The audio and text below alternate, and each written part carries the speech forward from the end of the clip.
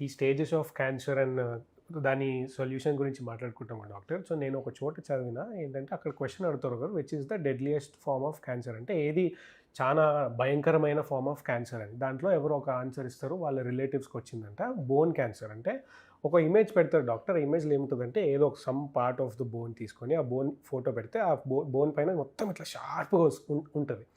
అంటే వాళ్ళంటారు మా రిలేటివ్ బతికున్నన్ని రోజులు ఇంత పెయిన్‌తో ఉన్నారు. ఇక్కడ స్కల్ నుంచి మొత్తం అంతా ఉంటది అని అన్నారు. బట్ నేను ఏమడుగుతున్నా అంటే బోన్ క్యాన్సరేనా డెడ్లియెస్ట్ ఫార్మ్ ఇంకేమైనా ఉందా? దాని గురించి ఏమైనా అంటే ఎక్స్‌ప్లెయిన్ చేస్తారా? క్యాన్సర్‌లో నేను ఇందాక చెప్పాను 200లకు పైగా క్యాన్సర్ రకాలున్నాయి. హ్మ్. ఏ భాగంలోనైనా రావచ్చు. హెయిరు, హ్మ్. నెయిల్ తప్ప అన్నాం కదా! హ్మ్. సో, ఉట్టి బోన్ క్యాన్సరే అగ్రెసివ్ చాలా అనేదేం లేదు. హ్మ్. ఇప్పుడు అంటే స్మాల్ సెల్ కార్సినోమా లంగ్ అని ఒకటుంది. హ్మ్. అది చాలా ర్యాపిడ్‌గా గ్రో అయ్యేటువంటి క్యాన్సర్ అనమాట. అందుకే లంగ్ క్యాన్సర్‌లో 2 రకాలుంటాయి.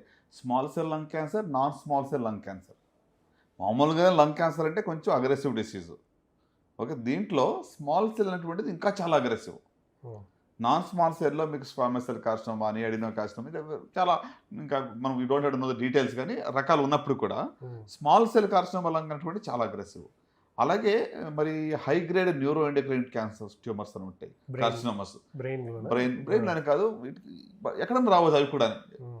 ఓకే. సో, మల్టిపుల్ సైట్స్‌లో రావచ్చు. సో, అవి అగ్రెసివ్ టైప్స్. అంటే నేనేమంటానంటే ఏ పార్ట్‌లోనా గానీ ది ఔట్‌కమ్ ఫర్ క్యాన్సర్ ఎట్లా డిపెండ్ అవుద్దంటే, బయాలజీ ఆఫ్ ద డిసీజ్ అంటాం. అంటే ఆ యొక్క వ్యక్తిలో ఉన్నటువంటి క్యాన్సర్ యొక్క మరి పొ అంటే విరులెన్స్ ఇప్పుడు కోవిడ్‌లో మనం చూసాం కదండీ!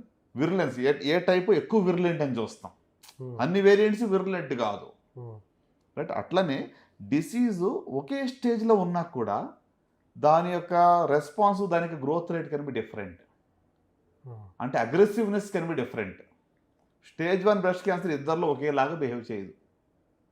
ఒకరికి పెయిన్ వస్తుంటదేమో. పెయిన్ అని కాదు. అంటే అది ఎంత ఫాస్ట్‌గా అది వెళ్ళొచ్చు, ఏంటి దాని యొక్క ఎంత డబ్లింగ్ టైమ్ ఎంతుంది? ఓకే. ఆ! Each person can be different. ఒకేలాగా ఇద్దరిలో ఉండదు. హ్మ్. అర్థమైందా? అంటే దాని యొక్క అగ్రెసివ్‌నెస్. సో, చాలా ఫ్యాక్టర్స్ ఉంటాయి దానికి. ప్రిడిక్టివ్ ఫ్యాక్టర్స్ అంటాము, ప్రోగ్నోస్టిక్ ఫ్యాక్టర్స్ అంటాము.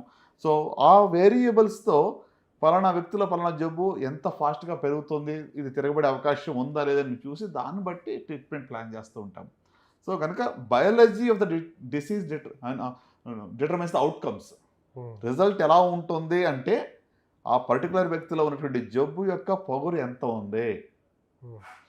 రైట్? ఏ జెనెటిక్ మార్ప్స్ ఉన్నాయి, ఎంత అగ్రెసివ్ వేరియంట్స్ ఉన్నాయి దాంట్లో, దాన్ని బట్టి రిజల్ట్ ఆధారపడి ఉంటుందనమాట.